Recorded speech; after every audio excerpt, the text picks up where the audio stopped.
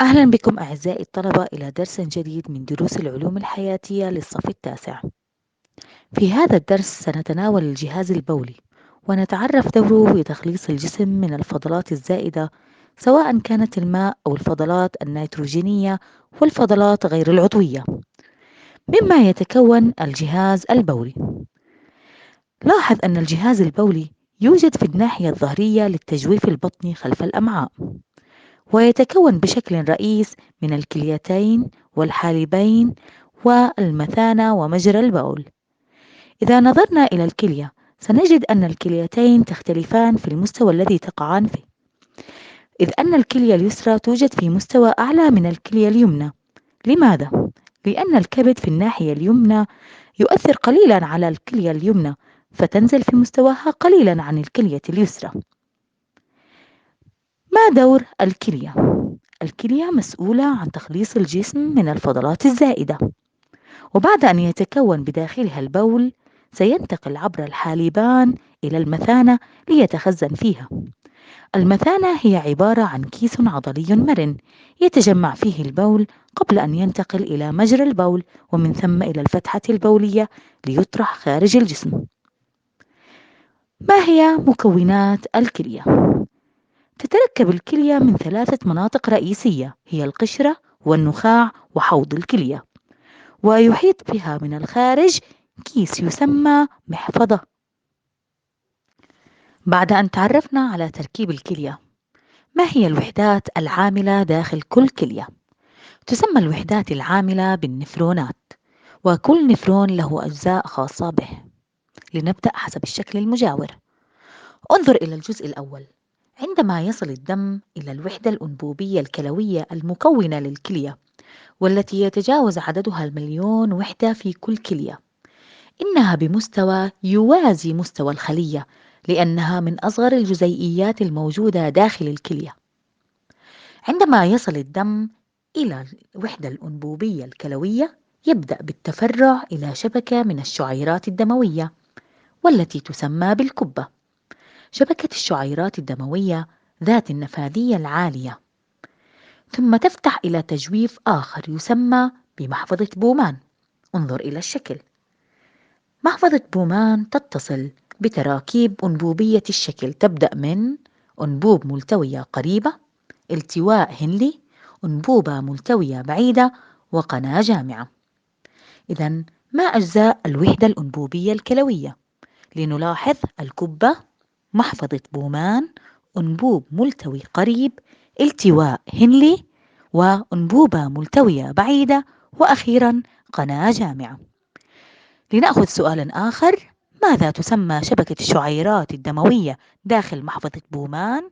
أسميناها بالكبة، بما تتصل ثنية هنلي هي نفسها التواء هنلي، تتصل بأنبوبين، أحدهما أنبوبة ملتوية قريبة، والأخرى أنبوبة ملتوية بعيدة. ما العملية الحيوية التي تحدث داخل الكلية؟ داخل الكلية تحدث مجموعة من العمليات التي تنتهي بتكوين البول. هذه العمليات هدفها واحد، هو التخلص من الفضلات النيتروجينية السامة والتي تسمى باليوريا، والتخلص من المواد الزائدة عن حاجة الجسم مثل الماء وبعض الأملاح. لنبدأ بخطوات تكوين البول.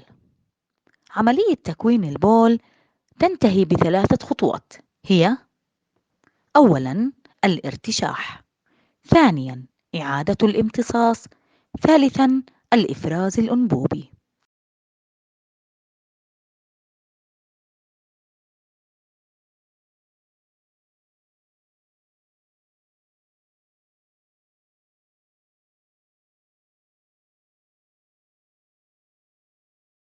عملية الارتشاح، وتحدث هذه العملية داخل الكبة، إذ أن الكبة هي شبكة من الشعيرات الدموية ذات النفاذية العالية. قد تتساءل: كيف تحدث هذه العملية؟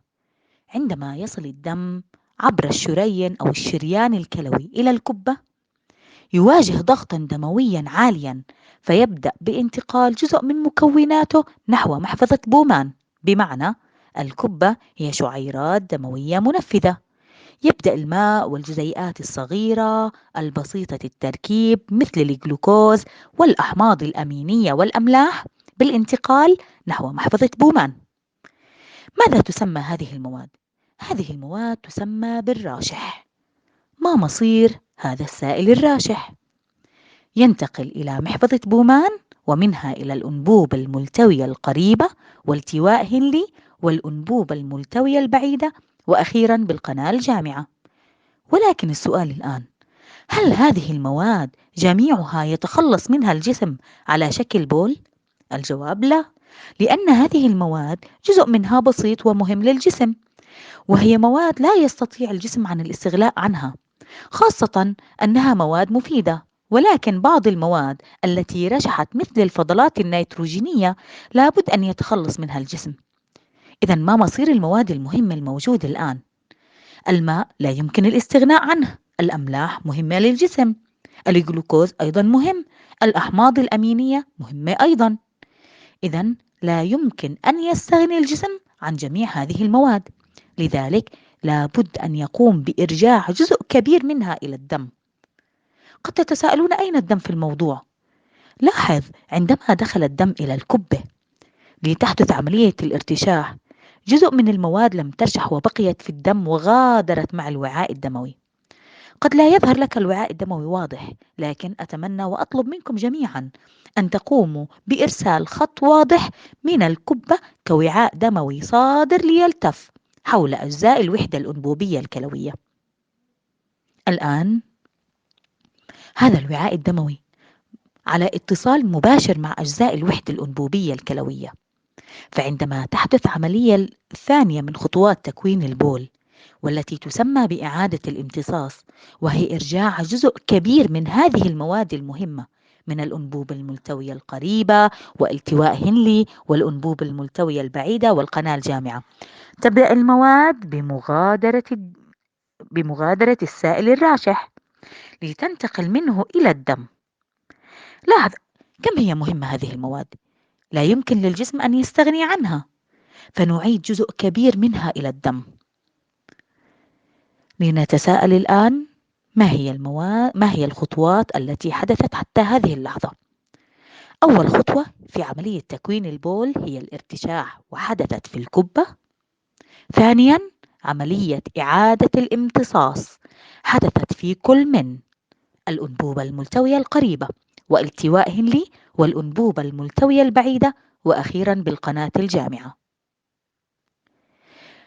لنعطي سؤالا آخر، ما هي المواد التي ترشح؟ المواد التي ترشح هي مواد وجزيئات بسيطة التركيب مثل الجلوكوز والأحماض الأمينية والأملاح والفضلات النيتروجينية التي تسمى باليوريا. والسؤال الآن، أين تحدث عملية الارتشاح؟ في الكبة، لأن شعيراتها الدموية منفذة تسمح بخروج جزيئات المواد صغيرة الحجم.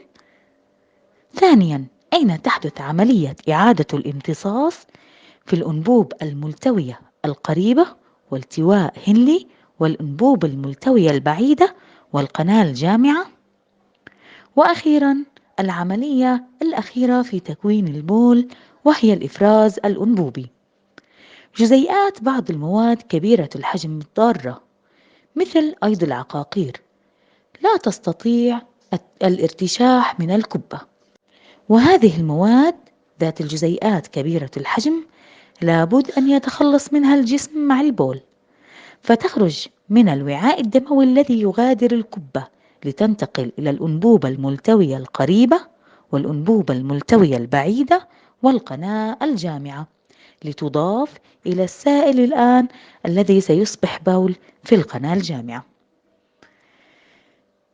في النهاية سنلخص خطوات تكوين البول في 3 خطوات: الارتشاح في الكبة، إعادة الامتصاص في الأنبوبة الملتوية القريبة والتواء هنلي والأنبوبة الملتوية البعيدة والقناة الجامعة، وأخيرا الإفراز الأنبوبي والتي حدثت في كل من الأنبوبة الملتوية القريبة والأنبوبة الملتوية البعيدة والقناة الجامعة. ينتقل البول من القناة الجامعة باتجاه حوض الكلية ليتم تجميعه فيها ومنها إلى الحالبان إلى المثانة. سؤال: كم تبلغ عدد الوحدات الأنبوبية الكلوية النفرونات؟ الجواب: عددها يتجاوز المليون نفرون في كل كلية من الكليتين. إذن هذه المرشحات الصغيرة، هذه الفلاتر الصغيرة التي تتواجد في كل كلية لها دور مهم، وهو تخليص الجسم من الفضلات النيتروجينية السامة. أعزائي الطلبة، لنتابع سويا هذا الملخص من خلال مقطع فيديو يبين تركيب الجهاز البولي وخطوات تكوين البول داخل الكلية. مشاهدة طيبة أتمناها لكم.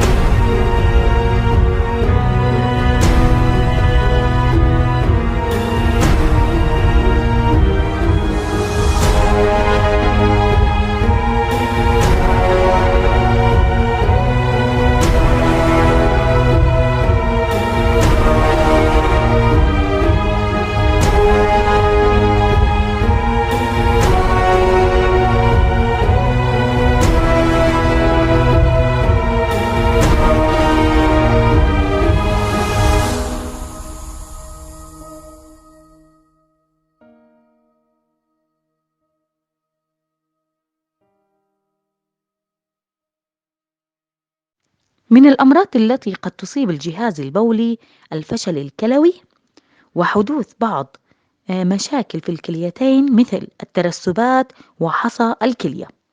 لذلك لابد لنا من المحافظة على الجهاز البولي بشرب كميات كافية من الماء حتى وإن لم تشعر بالعطش.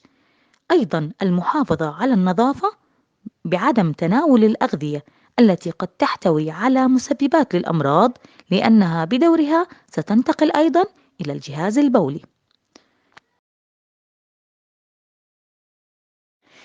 كيف نجري نشاطا لفحص عينة البول؟ سنحضر بداية عينة من البول وشريط خاص بإجراء الفحص. هذا الشريط يحتوي على عينات صغيرة ملونة. هذه العينات توضح نسبة كل من المواد في الجسم. عند غمس طرف هذا الشريط بعينة البول سنلاحظ تغير بعض الألوان. سنقوم بمقارنتها بالألوان الموجودة على الغلاف الخاص بعلبة الشرائح، ثم تحديد فيما إذا كان عينة البول سليمة أم تحتوي على بعض المواد. سنجيب على سؤال من هذا النوع في الكتاب من أسئلة الكتاب صفحة 44. سأقوم بإرفاق هذا السؤال لكم والإجابة على الأسئلة الواردة. لنحلل نتيجة الفحص الطبي في السؤال الموجود في الكتاب صفحة 44 والمشار إليه بالجدول. لاحظ خلايا الدم الحمراء في نتيجة الفحص ضمن الحد الطبيعي، القيمة 2 والقراءة الطبيعية من 0 إلى 3. خلايا الدم البيضاء موجودة بنسبة 14 أعلى من القراءة الطبيعية، وهذا دليل على وجود بكتيريا. لاحظ البكتيريا موجودة، لكن في القراءة الطبيعية لابد أن لا تتواجد البكتيريا، إذا وجود البكتيريا مؤشر على الالتهاب. لاحظ عدم وجود البروتين في النتيجة، وكذلك عدم وجوده في عينة الفحص، وعدم وجوده في القراءة الطبيعية. سكر الجلوكوز غير موجود لا في النتيجة ولا في القراءة الطبيعية. ماذا نستنتج؟ نستنتج أن عينة المصاب في هذا الفحص فيها نسبة من البكتيريا، وبالتالي خلايا الدم البيضاء ستقوم بمحاربتها، لذلك موجودة خلايا الدم البيضاء في عينة الفحص، وهذا مؤشر على الالتهاب. سؤال: ماذا لو كان الجلوكوز موجود في عينة البول؟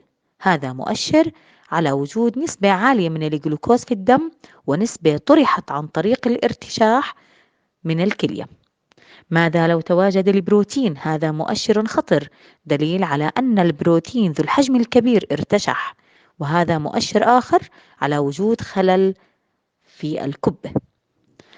ما المطلوب من هذا الفحص؟ المطلوب معرفة وجود البروتين في البول مؤشر على مشاكل في الكبة وحدوث عملية ارتشاح البروتين، وهذا أمر خطر.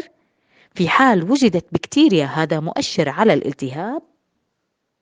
في حال تواجدت خلايا الدم الحمراء أعلى من النسبة الطبيعية، وهذا دليل أيضا على حدوث مشكلة في عملية الارتشاح.